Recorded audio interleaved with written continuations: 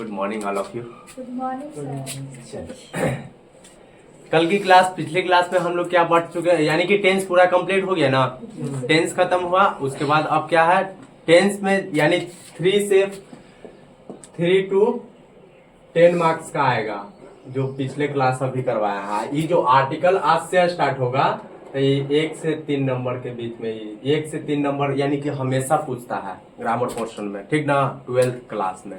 ठीक है, तो हम लोग क्या करेंगे, आर्टिकल के बारे में समझेंगे। ठीक है, देखिए कह रहा है आर्टिकल जो होता है वह 2 टाइप्स का होता है। कितने टाइप्स का होता है?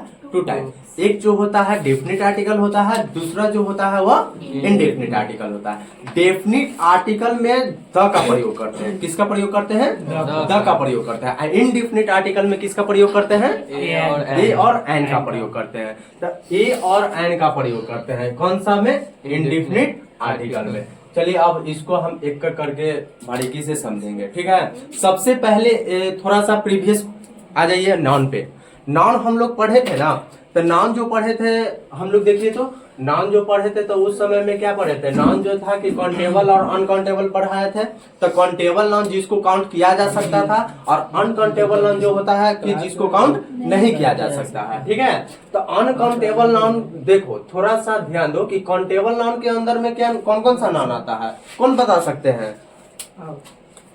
काउंटेबल नाउन के अंतर्गत कौन कौन सा नाउन आता है? एक कॉमन नाउन और दूसरा कलेक्टिव नाउन। कॉमन नाउन और दूसरा कलेक्टिव नाउन। और अनकाउंटेबल नाउन के अंतर्गत कौन कौन सा नाउन आता है? मटेरियल नाउन और अब्स्ट्रैक्ट नाउन। तो मटेरियल नाउन और अब्स्ट्रैक्ट नाउन ना, तो जैसे एक एग्जांपल ले रहे हैं यहाँ पे, क्या लिए? बॉय। तो बॉय के आगे क्या हम किसी भी नाउन के आगे, यानी कि नाउन के पहले प्रयोग करते हैं आर्टिकल का। आर्टिकल का जो प्रयोग करते हैं नाउन के पहले करते हैं। तो कह रहा है ए बॉय। ठीक है, उसी टाइप से एक और एग्जांपल ले जो कि मिल्क है। तो मिल्क जो है आपका कौन सा नाउन हो गया? Uncountable noun. तो ध्यान दो कि अनकाउंटेबल नाउन के पहले आर्टिकल ए एंड द का प्रयोग नहीं होता है। ठीक है, समझ में आया? अब देखिए यहाँ पे एक टेबल लिए हैं और टेबल के अंतर्गत हम थोड़ा सा समझाना चाह रहे हैं। जैसे यहाँ पे एक काउंटेबल नाउन और अनकाउंटेबल नाउन। तो काउंटेबल नाउन के अंतर्गत 2 टाइप्स होगा, यानी कि मिल्क के मिल्क कर सकही का?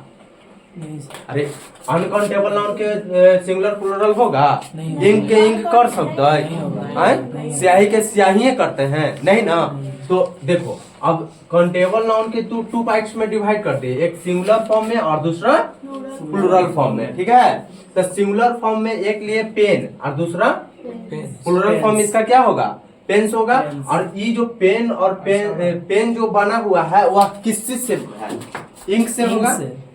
तो इंक जो है यह आपका कौन सा नाउन हो गया? अनकाउंटेबल। ये जो कौन सा नाउन हो गया? Countable noun. काउंटेबल नाउन के सिंगुलर फॉर्म में, काउंटेबल नाउन के प्लूरल फॉर्म में पेन। तो इसके आगे ए या एन का प्रयोग कर सकते हैं कि नहीं कर सकते हैं? कर सकते हैं ना।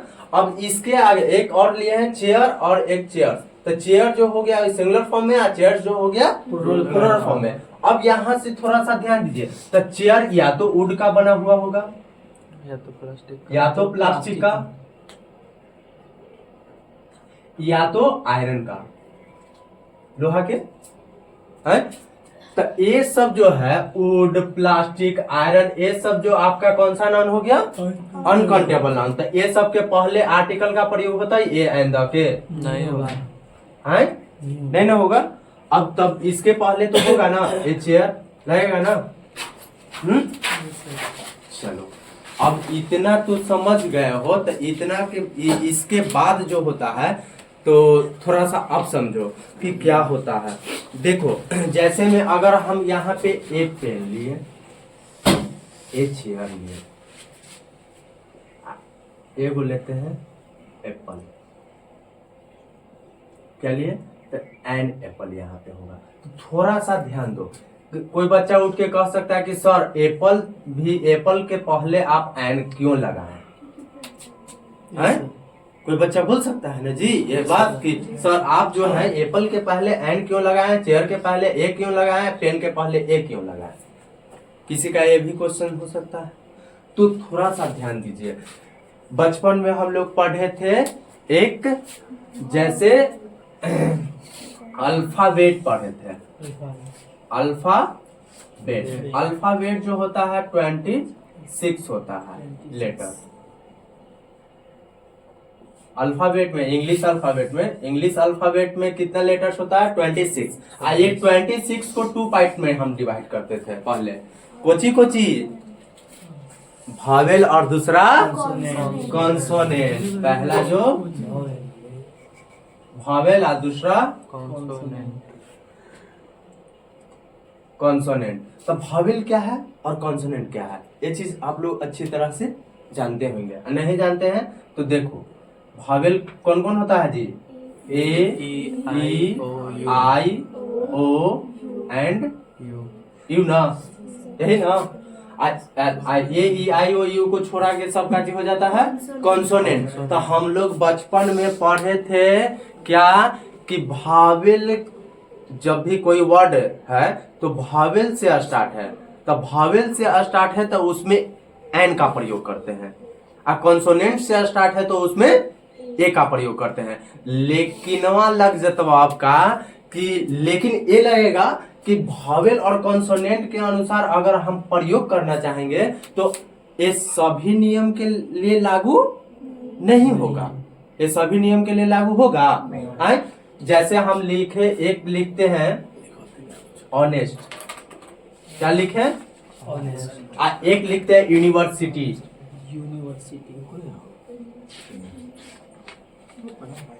तो ऑनेस्ट में एन लग जाए, यूनिवर्सिटी में ए लग ले। अरे देखो यहाँ ध्यान दो ना, अब ई जो है ये आपका कौन सा है? कॉन्सोनेंट है कि नहीं? ए जो है आपका भावेल है कि नहीं? ये भावेल है ना। तो भावेल है तो ये उल्टा हो गए कि ना। तो अब हम लोग जो पढ़ेंगे अब जो पढ़ेंगे कॉन्सोनेंट और भावेल। भावेल कहने का मतलब स्वर। तो अब हिंदी उच्चारण उसका करेंगे। क्या करेंगे? हिंदी उच्चारण। तो हिंदी उच्चारण करने के उपरांत में क्या होता है थोड़ा सा समझिए। इसको अगर हम लोग पढ़ेंगे ना तो ऑनेस्ट पढ़ेंगे। ऑनेस्ट क्या पढ़े? ऑनेस्ट। इसको पढ़ेंगे यूनिवर्सिटी। यूनिवर्सिटी। तो थोड़ा सा ध्यान दो, थोड़ा सा यहाँ पे ध्यान दो कि भावेल और कंसोनेंट जो है यानी कि हिंदी वर्ड में क्या उसको बोलते हैं? स्वर और व्यंजन। तो स्वर अ से अ तक न हो, अ से अ तक जो आएगा उसमें एन का प्रयोग करना है। क्या प्रयोग करना है? एन का। लेकिन क से लेके ज्ञ तक जो आएगा वो सब क्या प्रयोग करना है? ए का प्रयोग करना है। समझ में आया? है? अब इसी से हम लोग को क्या करना है? आर्टिकल पूरा बनाना है हिंदी उच्चारण करते हुए। ठीक है, चलो अब इतना बात तो समझ में आ गया ना। अब ये समझ में आया कि एप्पल के आगे एन का प्रयोग किए, आप चेयर के आगे ए का प्रयोग किए। क्यों किए? ये हम बचपन में जानते थे कि भावेल जो होगा भावेल से स्टार्ट होगा जो भी वर्ड्स, तो उसके आगे क्या करेंगे? एन का प्रयोग करेंगे। लेकिन कॉन्सोनेंट के साथ स्टार्ट होगा तो उसके आगे किस चीज का प्रयोग करेंगे? ए का प्रयोग करेंगे। ठीक है, चलो अब लिखाया जाएगा। इतना अब ये सब बेसिक था आप लोगों का पिछला क्लास का। ठीक है, अब इसके बारे में क्या करेंगे? पॉइंट्स बाय पॉइंट हम लोग क्या करेंगे? लिखेंगे। तो चलो अब थोड़ा सा अब हम लोग डेफिनेशन पे चलते हैं कि आर्टिकल किसको कहते हैं। ठीक है, चलो कोई बच्चा बता सकता है? पिछले क्लास में भी तो पढ़ा चुके हैं, पहले जो ऑफलाइन में बच्चा पढ़ा है वो थोड़ा सा बता सकते हैं आप लोग कि आर्टिकल किसको कहते हैं? चलो बताओ, कोई बताओ पीछे से। ए और एन और द, ये तीनों आर्टिकल कहलाते हैं। ये सब यानी कहने का मतलब है कि ए एन और द को आर्टिकल कहते हैं और ये तीनों का प्रयोग जो होता है एडजेक्टिव के भी रूप में करते हैं। किसका? आर्टिकल का प्रयोग किस चीज के रूप में करते हैं? एडजेक्टिव के भी रूप में करते हैं। ठीक है, क्योंकि ये संज्ञा के यानी कि नाउन के बारे में विशेष रूप से यह क्या करता है, सूचना देता है या बतलाता है, उसी को क्या कहते हैं, आर्टिकल कहते हैं। ठीक है। अब देखिए आर्टिकल जो होता है टू टाइप्स का होता है, एक डेफिनिट आर्टिकल और दूसरा जो होता है इनडेफिनिट आर्टिकल। डेफिनिट आर्टिकल में क्या होता है थोड़ा सा समझिए। डेफिनिट आर्टिकल जो होता है ना कि यह मतलब कि किसी नाउन, किसी व्यक्ति, नाउन में वही व्यक्ति वस्तु या स्थान, व्यक्ति वस्तु या स्थान जो होता है इसमें क्या होता है कि पहले से जानकारी होता है।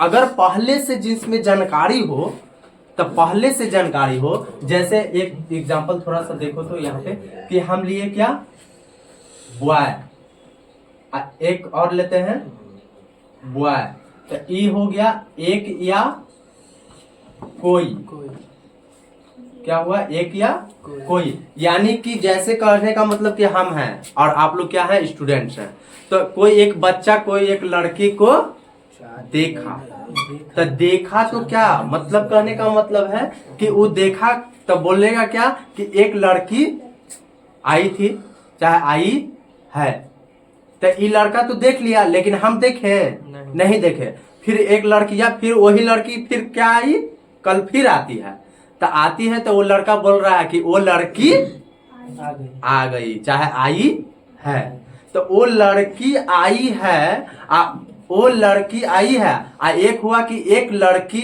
आई है, तो दोनों में अंतर है। तो देखो एक लड़की आई है तो ए गर्ल, ठीक। अगर लिखा हुआ अगर वो लड़का बोलता है कि वो लड़की क्या वो लड़की आई है, तो थोड़ा सा ध्यान दो, वो लड़की के लिए क्या होगा दी गर्ल, तो यही अंतर है। तो कहने का मतलब कि डेफिनिट आर्टिकल में जो पहले से जानकारी है तो उसमें द का प्रयोग करेंगे, और जो पहले से जानकारी नहीं है तो उसमें ए का प्रयोग करेंगे। ठीक है। अब इसका भी डेफिनेशन वही उसी टाइप का हो जाएगा कि वैसे व्यक्ति यानी कि वैसे आर्टिकल ए एन का प्रयोग वैसे जगह करते हैं यानी कि पहले से, यानी कि व्यक्ति वस्तु या स्थान के बारे में क्या हो जानकारी ना हो, तो ना हो तो उसके लिए किस चीज का प्रयोग करेंगे ए या एन का प्रयोग करेंगे, और जानकारी हो तो उसके लिए द का प्रयोग करेंगे। ठीक है। अब थोड़ा सा समझो, एक चीज थोड़ा सा छोटा सा टॉपिक टाइप का है कि द जो है ये क्या है द, इसको क्या हुआ काजी, तो द जो है ना, तो कोई बच्चा सुनो ये थोड़ा सा टॉपिक जो है ध्यान देने योग्य है, कोई बच्चा इसको द बोलता है, कहीं कहीं दी बोला जाता है, क्या बोला जाता है द, कहीं कहीं दी बोला जाता है। ठीक है। तो ये द का प्रयोग जो होता है दी कब बोला जाता है और द कब बोला जाता है थोड़ा सा ध्यान देना इसमें। ठीक है ना। द जो होता है ना अगर सिंगुलर फॉर्म में प्रयोग करते हैं, किस चीज में सिंगुलर फॉर्म में, ठीक है, तो उसके लिए सिंगुलर फॉर्म में करते हैं तो उसके लिए दी बोलते हैं, क्या बोलते हैं दी। आप प्लूरल फॉर्म में करते हैं प्रयोग तो उसके लिए द बोलते हैं। ठीक है। बस आज की क्लास जो है यहीं तक स्थगित हो जाती है। ठीक है। नेक्स्ट कल तो आता है द। द में कोई बच्चा बोलता है, एक द बोलता है और कोई बोलता है दी बोलता है। ठीक है। तो द का प्रयोग जो होता है कहाँ होता है और दी का प्रयोग कहाँ होता है। तो द का जो प्रयोग होता है ना, तो थोड़ा सा ध्यान दीजिए कि द जो होता है अगर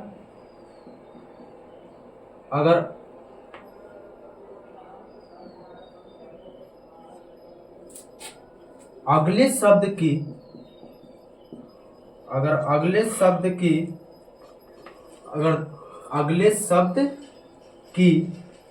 शुरुआत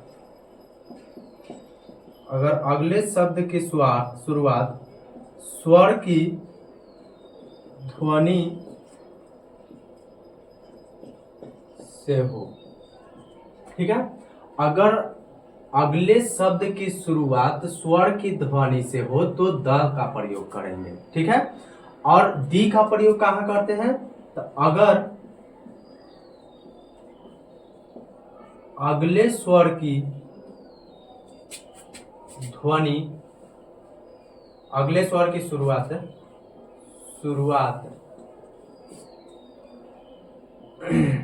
व्यंजन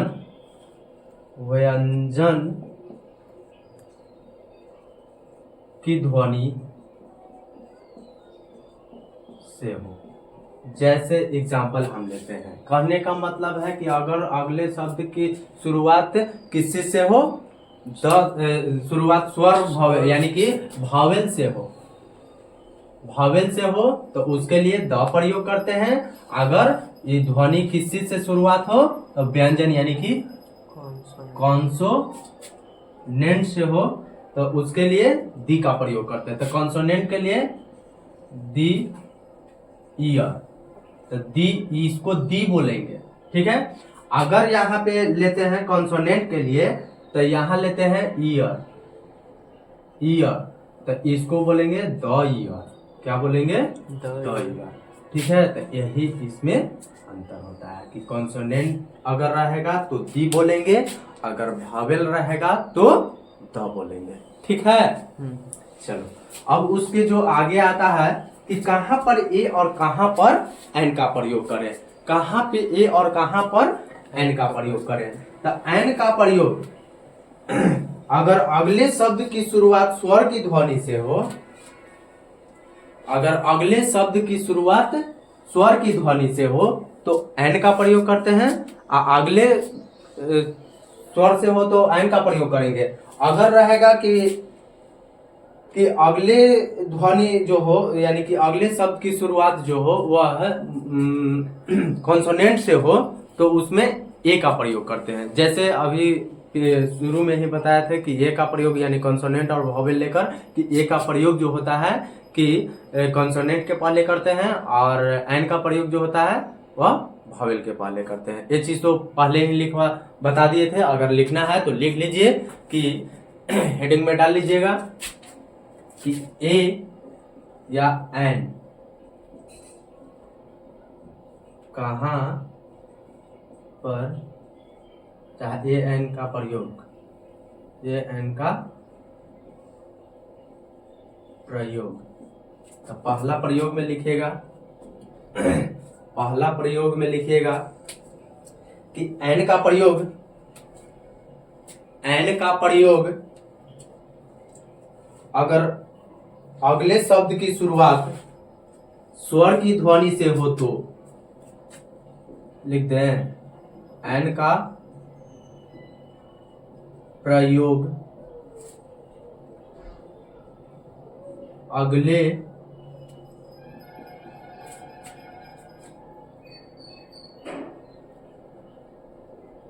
एन का प्रयोग अगर अगले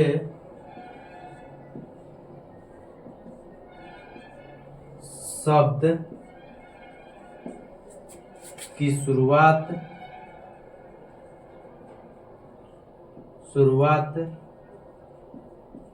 स्वर की ध्वनि से हो। ठीक है, तो किस चीज का प्रयोग करेंगे? एन का। ठीक है, और ये फर्स्ट हो गया, फर्स्ट का फर्स्ट। और सेकंड में अगर लिखना चाह रहे हैं तो लिखिएगा कि एन का प्रयोग, ये हो गया। अब लिखना है कि ए का प्रयोग, ए का प्रयोग अगर अगले शब्द की शुरुआत व्यंजन की ध्वनि से हो। ठीक है, अगर इंग्लिश में लिखना चाहते हैं तो इसमें एंड वाला में लिख सकते हैं। क्या लिखिएगा? And will be used, and will be used if the next word starts with a vowel sound. यानी कहने का मतलब कि वॉवेल साउंड से जो स्टार्ट होगा उसको किसी उसमें किस आर्टिकल का प्रयोग करेंगे, एंड का प्रयोग करेंगे। जस्ट लाइक उसी का हो जाएगा अपोजिट कि a will be used if the next word starts with consonant word, consonant sounds या वर्ड्स, तो उसके लिए किस का प्रयोग करेंगे, ए का प्रयोग करेंगे। यही है आपका ए और एन का प्रयोग। और अगले जो वीडियो बनेगा वो मतलब कि अगला क्लास में, आज के लिए यही, थैंक यू।